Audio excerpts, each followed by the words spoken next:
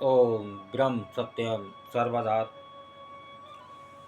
आज इस कलयुग में कबीर वाणी द्वारा जाने कि राम रस का स्वाद भरपूर कहाँ मिलता है, किस प्रकार उसका स्वाद ले सकते हैं। आज स्वाद और कामनाएं इस संसार में भरपूर हैं, लेकिन कहाँ किसकी भावनाएं हैं, कहाँ किसका स्वाद है, ये संसारी लोग खूब मन से जानते हैं। तो देखिए, आज कबीर वाणी द्वारा जाने इस कलयुग में कहाँ वो उस राम रस का स्वाद मिल सकता है, और आज भी है वो स्वाद, कल भी था, और ये दुनिया ना रहे तब भी वो स्वाद रहेगा। जो इस स्वाद को एक बार चख लेगा वो निहाल हो जाएगा। वो स्वाद चखा सुदामा जी ने, वो विष का प्याला पिया मीरा जी ने, और वो राम रस उन्हें मिला, वो विष राम रस हो गया। ऐसा स्वाद एक बार इस मानव को मिल जाए तो इसका इस संसार में आना सफल हो जाए। तो आइए कबीर वाणी श्रवण करते हैं। कलयुग एक नाम है, कलयुग एक नाम है, दूजा रूप है संत।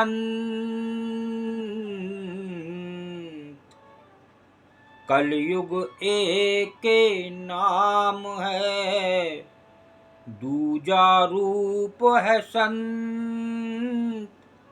साचे मन से ये, साचे मन से ये, मेटै करम अनंत कबीरा, मेटै करम अनंत।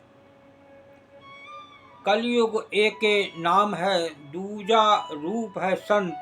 साचे मन से ये, मेटे करम अनंत। देखिए, यहाँ एक सत्पुरुष, एक संत बात कर रहे हैं कलयुग के विषय में। हम क्या इस कलयुग में पा सकते हैं उस राम नाम का रस। तो आइए ढूंढने की कोशिश करते हैं कि संत का क्या निर्णय है।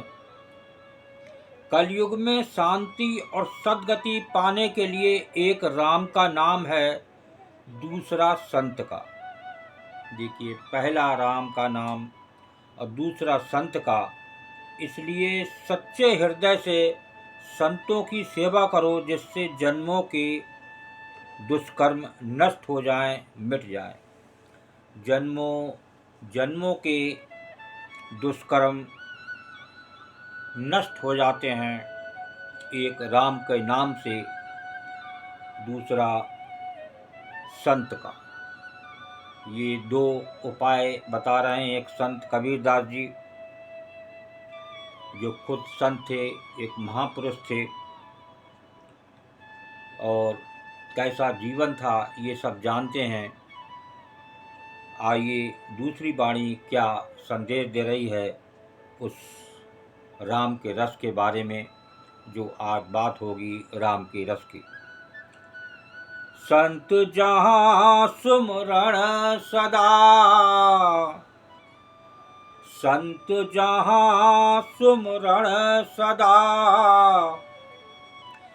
आठों पहर अभूल।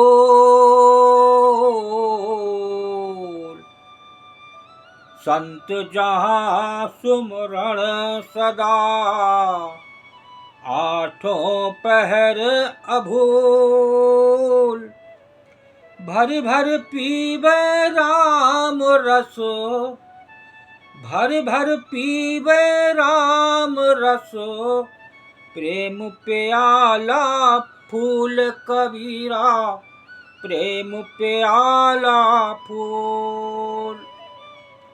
संत जहाँ सुमरण सदा, आठों पहर अभूल, भर भर पीबे राम रस, प्रेम प्याला फूल। देखिए, जो राम रस का पान करता है ये वही बता सकता है, मीरा बता सकती हैं, सुदामा बता सकते हैं, और माता सबरी, जिन्होंने बरसों उस राम रस को पिया और पीते पीते वो राम रस पिलाने वाले खुद ही उनके द्वार पर आ गए। कितनी बड़ी महिमा है राम रस की।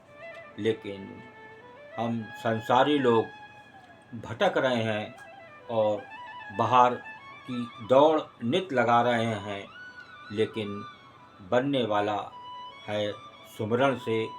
जब तक राम नाम का सुमिरन नहीं करोगे, एक संत से भेंट नहीं करोगे, एक संत की वाणी को नहीं समझोगे, तो ये जीवन आपका व्यर्थ चला जाएगा। पता नहीं कितने वर्षों बाद ये जीवन मिले, कई कई जन्म बीत जाते हैं तब ये मानव चोला हाथ लगता है। आज संसारी लोग उसे इसी प्रकार मिट्टी में मिला दे रहे हैं और लोगों की सुन के, लोगों को देख के ही अपना जीवन बर्बाद करते हैं। तो आइए ये वाणी को एक बार फिर श्रवण करें, ये क्या संदेश दे रही है। ये खास वाणी है।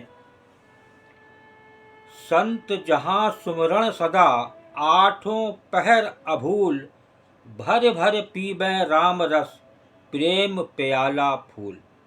जहाँ संतों का निवास होता है, जहाँ आठों पहर उनका स्मरण होता है, वहाँ राम रस का स्वाद भरपूर मिलता है। देखिए कहाँ मिलता है, जहाँ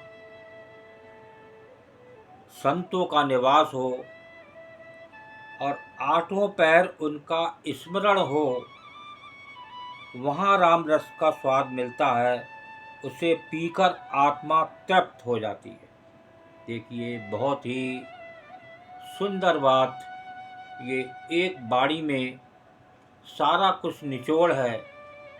ये इस कलयुग में आप अपने जीवन को सफल बना सकते हैं, और वो राम रस जो अभी तक हमें सुन लिया हो लेकिन उस चखने को नहीं मिला, वो एक बार चखने को मिल जाए तो ये सब संसार को भूल जाए।